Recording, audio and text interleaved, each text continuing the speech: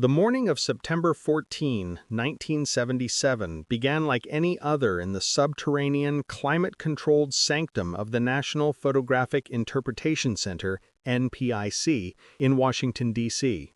The air, perpetually stale and smelling of ozone, developer chemicals, and stale coffee, hummed with the low-grade tension of the Cold War's silent front. Analysts in short-sleeved shirts, their eyes weary from hours spent staring into the glowing hoods of light tables, meticulously scanned the latest imagery from the KH-11 Kennan satellite, America's newest and most brilliant eye in the sky.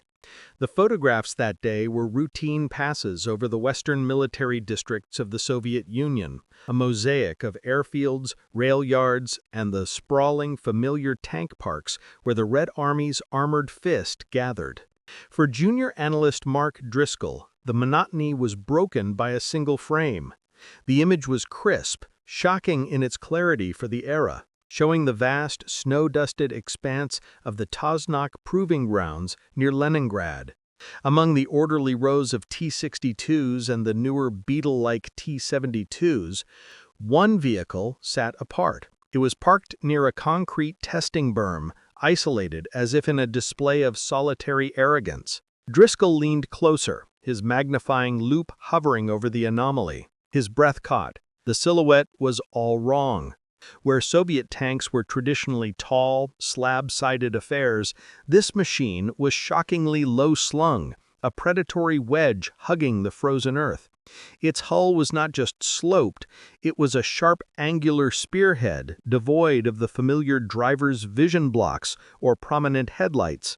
The turret was the true aberration. It wasn't a distinct rounded dome sitting atop the hull. It was a flattened, elongated lozenge so seamlessly integrated with the hull's lines that it appeared almost welded into a single uninterrupted plane of angled steel. The gun, a long, sinister tube, protruded from this armored shell not from a traditional mantlet, but from a narrow, heavily reinforced slit. The overall impression was not of a vehicle, but of a geological feature, a glacially carved slab of malevolent iron. "Steve," Driscoll called out, his voice tight, "you need to see this." His supervisor, Steve Kovacs, a veteran whose career spanned from the Cuban Missile Crisis to the first grainy shots of the MiG-25 Foxbat, ambled over. Kovacs was a man of granite calm, his face a roadmap of skepticism earned in 1,000 intelligence battles. He took the loop, his eyes narrowing. The silence stretched. The usual background murmur of the NPIC floor, the rustle of paper, the clack of film advance, seemed to fade into a void. "Jesus H. Christ!" Kovacs finally whispered, the profanity carrying the weight of a professional eulogy. He traced the outline with a calloused finger on the cool glass of the light table. "What in God's name have they built?" They summoned Dr. Evelyn Reed, the center's oracle on Soviet armored vehicles, a woman who could identify a T-54 variant by the pattern of its road wheels, approached with an academic detachment. It vanished the moment she looked, her face drained of color. With calipers and a magnifying ruler, she took measurements, her hands steady but her mind racing. The numbers were devastating. The tank was a full meter lower than an M60 Patton. Its frontal profile was a third narrower than a T-72, presenting a miserly target. But the estimated mass, extrapolated from its track width and the depth of its impressions in the soil, was staggering. Well over 40 tons, packed into a package no bigger than a medium tank. The report that raced up the chain that afternoon was not the usual dry assessment. It was a fire alarm. The attached photograph, with the anomalous vehicle circled in damning red grease pencil, seemed to pulse with threat. In the margin, an analyst had scrawled, "No match in database. Qualitative leap suspected. Recommend immediate highest priority analysis." By the time the image landed on the desk of the Deputy Director of Central Intelligence, and from there ignited panic in the Pentagon's E-ring, the beast had been christened. It was a name born not from a committee, but from the gut-deep dread it inspired in the men who first saw its form. In the hushed, secure corridors where America's secrets were kept, it was referred to with a shudder, the Nightmare. The initial shock of the silhouette soon curdled into a more profound technical terror. The NPIC's wizards, pushing the KH-11's formidable capabilities to their limit, employed new digital enhancement techniques on the satellite data. They weren't just looking at the tank's shape now, they were attempting to divine the secret of its skin. Focusing on the glacis plate, the forward-sloping front hull, the enhancement revealed a telltale ghost in the pixels.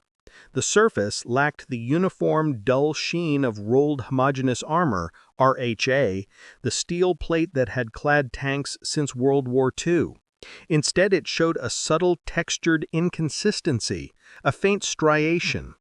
At the sharp join where the front plate met the side hull, analysts could just discern a vertical seam that suggested not a single slab of steel, but a sandwich. This was not mere slope, this was layering. Dr. Reed, now working in frantic concert with materials scientists from the Department of Defense's Advanced Research Projects Agency, DARPA, drafted a classified appendix that read like a thriller. The hypothesis was chilling. The Soviets likely had fielded a form of composite armor, a concept the West was only beginning to toy with in laboratories. They dubbed it generically Combination K. The imagined architecture was a brutal masterpiece. An outer skin of high-hardness steel, then a thick layer of a ceramic material like silicon carbide or alumina, backed by a softer steel or plastic layer, all bonded under immense pressure. The physics were a nightmare for NATO. A kinetic energy penetrator, the tungsten or depleted uranium dart fired from a tank gun, relied on concentrated force to punch through steel. Striking this composite array, the hard steel outer layer would blunt and deform the dart. The ceramic layer, incredibly hard but brittle, would shatter under the impact, but in shattering, it would laterally dissipate the projectile's energy, breaking it up. The inner layer would then catch the shattered, spent fragments. A shaped charged jet from a missile like the Tau or Milan would meet a similar fate. Its focused stream of molten metal would be scattered and defeated by the wildly different densities it encountered. The implications were apocalyptic. The mainstay of NATO's tank forces, the British Chieftain and the American M60 Patton, relied on the excellent 105mm L7 gun. Overnight, secret simulations run on room-sized computers suggested the L7's best ammunition would be defeated by this new armor at all but suicidal point-blank ranges. The next generation XM1, which would become the M1 Abrams, was in late-stage development. It too was designed around a 105mm gun. A cold realization swept through the Pentagon. The entire technological foundation of Western tank superiority, painstakingly built over 2 decades, was now obsolete. A single grainy photo had not just revealed a new tank, it had potentially invalidated billions of dollars of research and the core of NATO's continental defense strategy. A top-secret memo from the Chief of Staff of the Army to the Secretary of Defense distilled the panic into soldierly prose. Initial analysis of the Soviet nightmare indicates its frontal armor may render our current and imminent tank-killing munitions ineffective. We face the very real possibility that in a direct engagement, our shells would not penetrate. They would, in the operative term, bounce off. We are confronting a scenario where our armored divisions could be massacred by a vehicle against which they have no tactical answer. The arms race had entered a new, darker dimension, and the United States was not just behind, it was, for the moment, defenseless. As the paralyzing shock of the armored discovery settled into a cold, grinding dread, analysts turned their enhanced gaze to the turret. In traditional tank design, the turret was a necessary compromise, the armored housing for the big gun and its crew, but also a tall, obvious target, riddled with weak spots. The ring where it met the hull, the gun mantlet, vision blocks, and hatches. The Nightmare's turret was a rejection of every sacred principle. It wasn't a compromise, it was a declaration of war on convention itself. The turret was so low and so seamlessly blended with the hull that it seemed less an addition and more an extrusion of the hull itself. Its front was not curved, but sharply angled, a near-continuous plane with the upper glacis, creating a shot-deflecting geometry that made a direct hit almost mathematically unlikely to find a perpendicular surface. The gun mantlet, traditionally a flexible and vulnerable seal, was gone. The cannon emerged from a narrow, armored collar, leaving no gap for a shell to exploit. The commander's cupola was almost flush, a mere bump on the turret roof. There were no shot traps, no inviting corners. It was a fortress carved from a single malevolent idea. But the genius and the horror wasn't just in passive defense, it was in aggressive, predatory function. By studying sequences of satellite photos taken minutes apart, analysts performed heartbreaking calculations. They tracked the subtle shifts in the shadow of the gun barrel against the ground. The turret's rotation speed, they estimated, was nearly double that of the T-72. This meant the Nightmare could acquire a new target, traverse its massive gun, and fire with the alacrity of a light tank. In the lethal calculus of modern armored combat, where victory was often determined in the first 3 seconds of an engagement, this was a potentially insurmountable advantage. The monster wasn't just tough, it was fast on the trigger.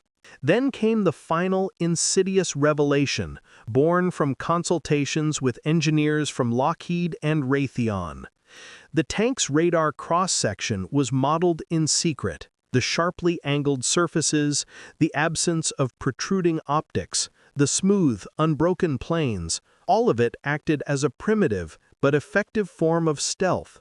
To the nascent laser rangefinders and early millimetric radar fire control systems being integrated into the new XM-1, the Nightmare would be a phantom. Its shape would scatter and deflect targeting energy, making it harder to get a clean first-shot lock. It was stealth not through absorption, but through deflection, a brute force geometric solution to a problem the West was only beginning to fathom. The collective assessment, distilled into a stark paragraph of the President's daily brief, was a masterclass in grim understatement. The Soviet T-80, our tentative designation, represents a systemic leap in main battle tank design. It integrates protection, firepower, and mobility to an unprecedented degree. Its design philosophy is not defensive, but predatory. It minimizes its own target profile while maximizing its capacity for rapid, accurate engagement. NATO possesses no vehicle with comparable overall capabilities. Its appearance alters the balance of conventional forces in Central Europe.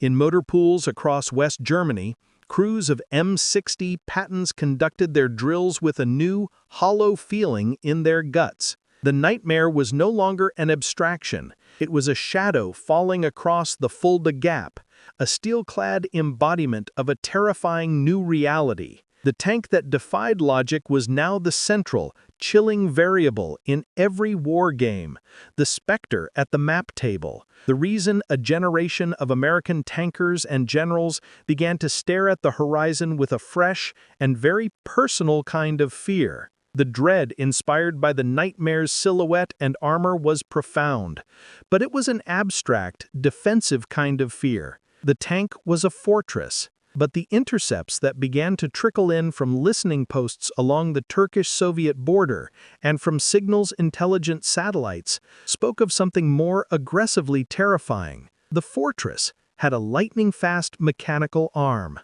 The intercepts were fragmented, often just bursts of telemetry data from the Kubinka proving grounds, but they contained a repeating anomalous metric. Buried in strings of numbers representing engine RPM, turret traverse, and gun elevation was a cycle time that made no sense. Analysts at NSA's headquarters at Fort Meade, working in tandem with armor specialists from the Pentagon, isolated the data point. It was the time between successive main gun firings.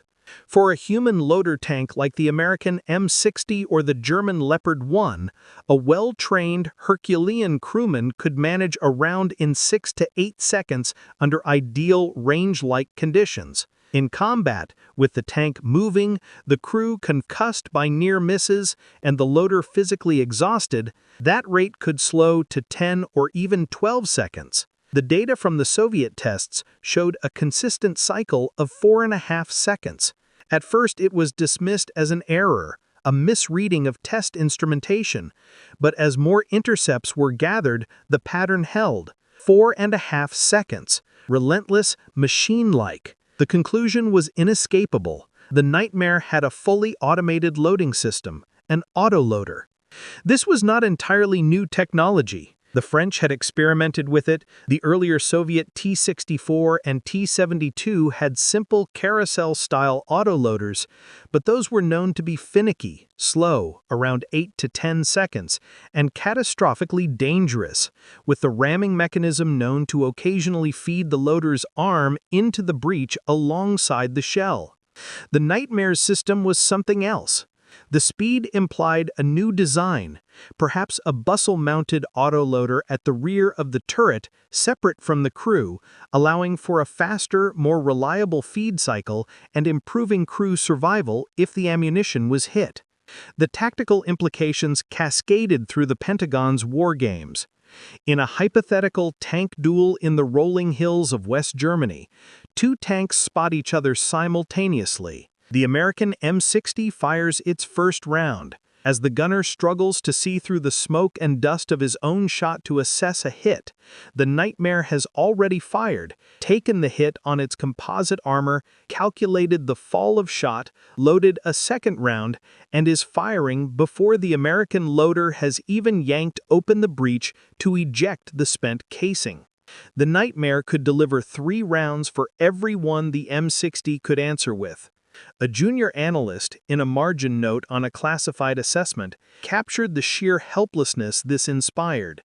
If this data is real, we cannot match its fire rate. We are not just out-armored, we are outgunned in tempo. They have automated the kill chain. The tank was no longer just a formidable defensive object, it had become an offensive, high-velocity factory of destruction. Theoretical data and grainy photos were one thing. Seeing the beast in motion was another.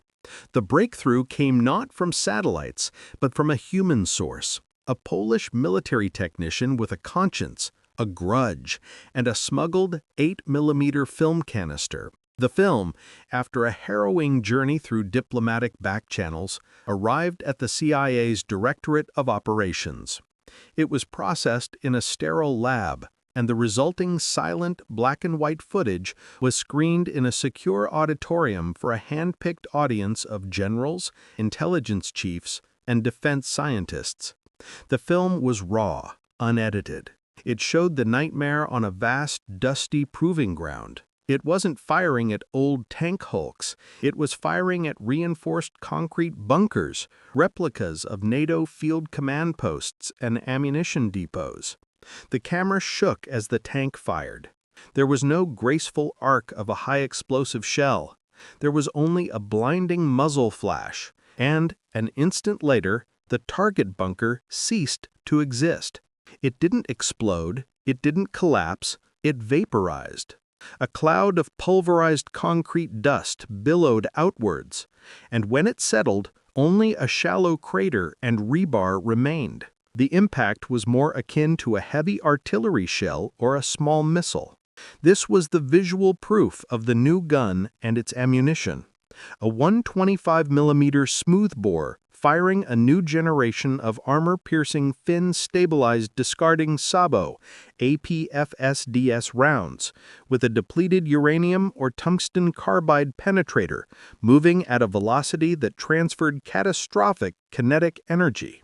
But it was more than that. The sheer, contemptuous ease of the destruction was psychological warfare on celluloid. The film cut to another sequence. The tank was moving now, kicking up a plume of dust. It fired on the move. The gun tube, stabilized by a new advanced system, barely wavered. The shot hit a moving target, an obsolete T-55 being towed on a rail, and the old tank simply came apart, its turret lifted clean off its ring in a fountain of smoke and fragments. The screening room was silent when the film ended. The projector's click-clack was the only sound. The senior Army general in the room, a man who had commanded armor in Korea and Vietnam, finally spoke, his voice gravelly. "They're not just showing us a new tank, they're showing us the end of the battle." That same day, without public fanfare, a series of coded alerts were transmitted from the Pentagon to Supreme Headquarters Allied Powers Europe in Mons, Belgium, and to every major NATO command. The DEFCON level didn't change. That would have been too public a provocation. But readiness states within key armored and air cavalry units were quietly elevated. Pilots of A-10 Thunderbolt II tank busters, America's newly minted flying gun, were briefed on a new high-priority target profile, low, angular, and terrifyingly resilient. The theoretical nightmare had just become a concrete and present danger. Washington had seen its fury, and the message was received. The battlefield had just been rewritten. For months, the nightmare dominated threat assessments. It was the invincible red juggernaut, the argument for every defense budget increase, the specter in every war game. But the intelligence machine, once focused on the tank's strengths, began a ruthless search for its flaws. Satellite imagery was scrutinized, not for the tanks, but for the support vehicles around them. Intercepts were analyzed for maintenance logs and casualty reports. And slowly, a different picture emerged. The monster had an Achilles heel, not in its front armor, but in its beating heart and sinews. The first clue came from thermal imaging satellites. Images of the nightmare during extended field exercises showed a distinct glaring heat signature around the engine deck, not just after running, but while it was running. The powerful gas turbine engine, a surprising Soviet adoption of a technology the Americans used in the M1, chosen for its high horsepower and quick cold start ability, was a fuel-hungry furnace. It generated immense heat, and the exhaust, vented in a specific pattern, was a screaming beacon to infrared-seeking missiles and aircraft. More critically, in sustained operations, the engine bay overheated, threatening to shut down the tank, or worse, ignite its own fuel and ammunition. The beast had a fever it couldn't shake. Next came evidence from the very proving ground footage that had once inspired such fear. Engineers at the Tank Automotive Research Center in Michigan, studying the film frame by frame, noticed something others had missed.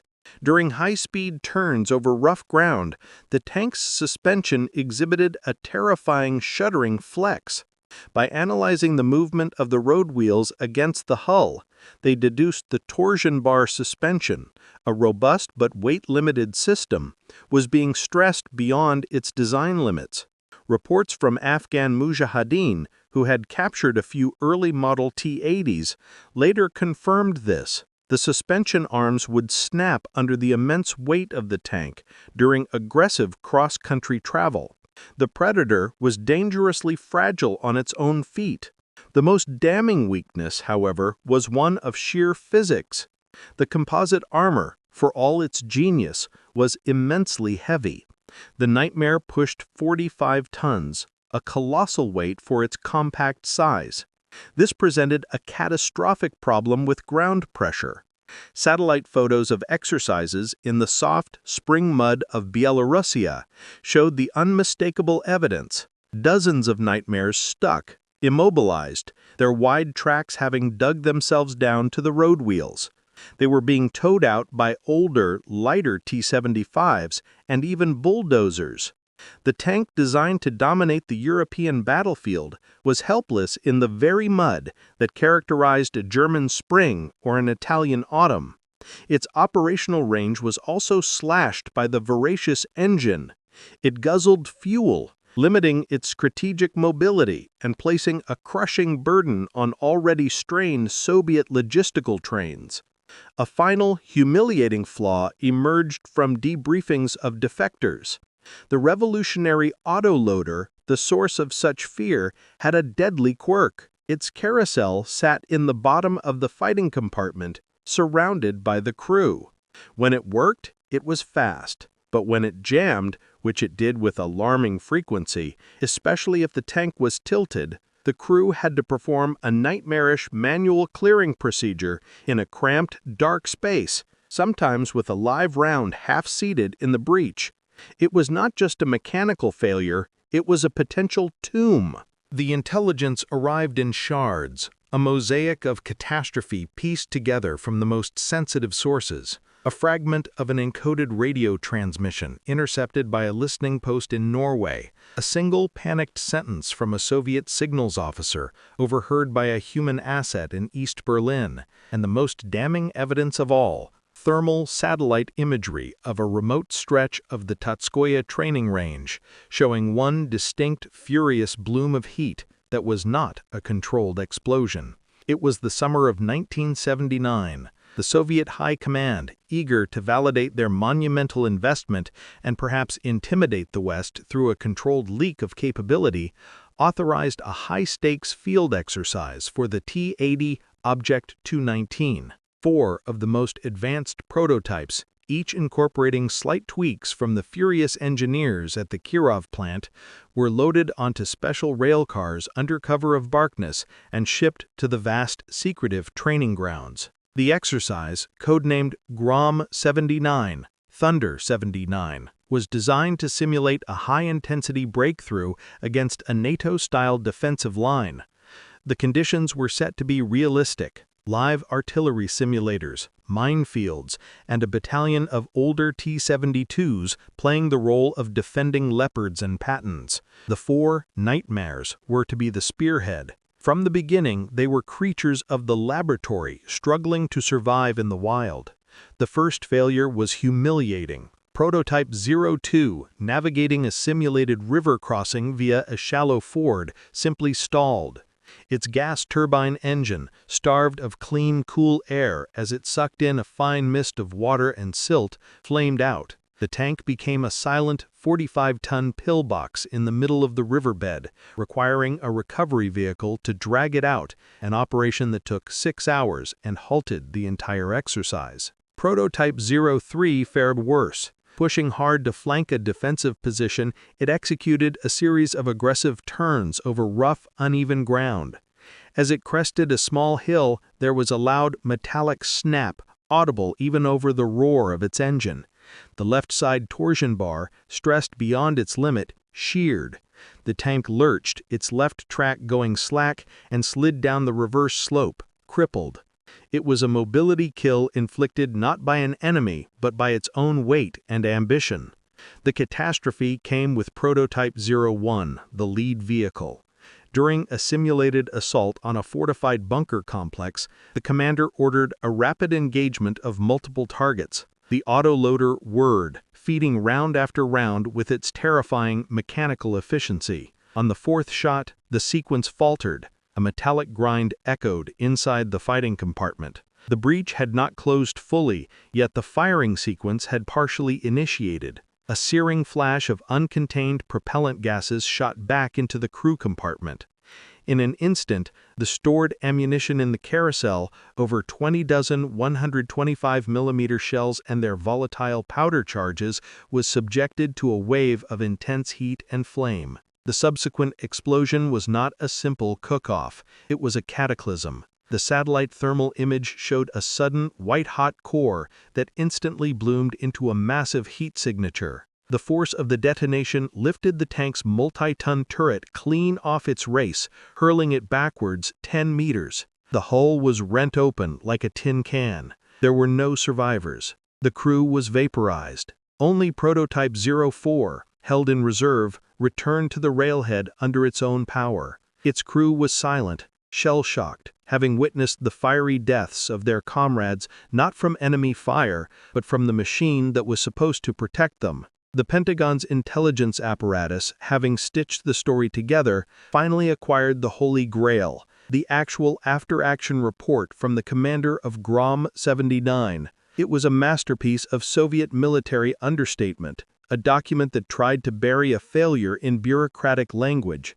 It spoke of technical irregularities, unforeseen material stresses, and a catastrophic ammunition event. But its final summarizing line, stripped of all jargon, was a verdict of devastating clarity. It was typed alone on its own line at the bottom of the page. The NSA linguist who translated it knew its weight instantly. That line was circulated in raw intelligence feeds to the highest levels of the U.S. government, where it became legendary, a perfect epitaph for a flawed titan.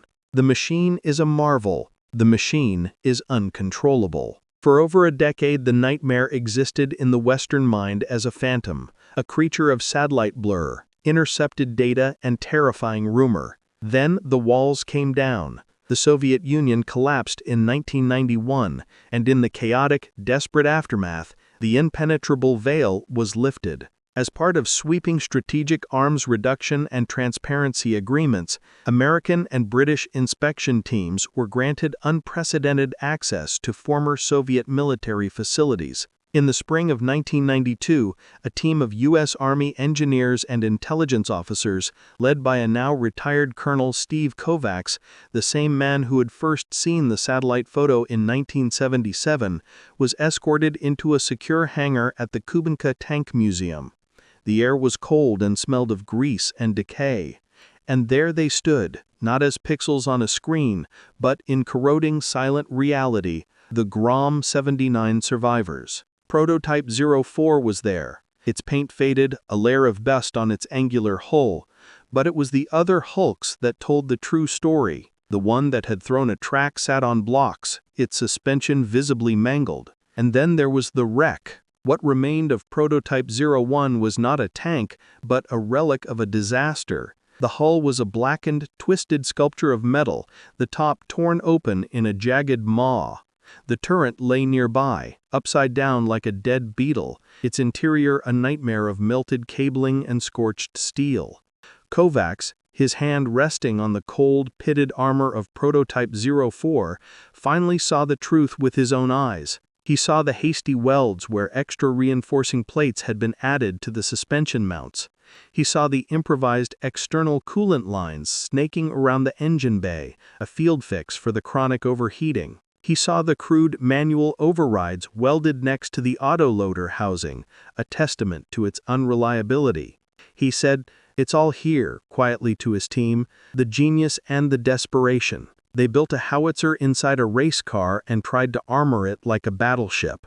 They solved 100 impossible engineering problems and created 1,000 practical ones. The post-inspection report was a forensic dissection of ambition. The nightmare was revealed as a weapon system pushed so far beyond the sensible limits of reliability, logistics, and human factors that it had crossed into the realm of the theoretical. It was a collection of brilliant answers to the wrong questions. A tank designed to win a single perfect duel on a pristine field with an infinite supply of fuel, perfect weather, and no need to ever move more than 50 kilometers from its factory. The final assessment was stark. The nightmare wasn't a tank. It was a concept, a threat, a bluff. It was a psychological weapon built to appear in grainy photos and dominate the nightmares of NATO planners, to force the West into spending trillions. And it had worked. But it was a bluff too dangerous for even the Soviets to call. They could never afford to build it in the numbers required, and they dared not risk the catastrophic operational failures that would have become glaringly public in a real war. It was a masterpiece meant to be glimpsed, not used.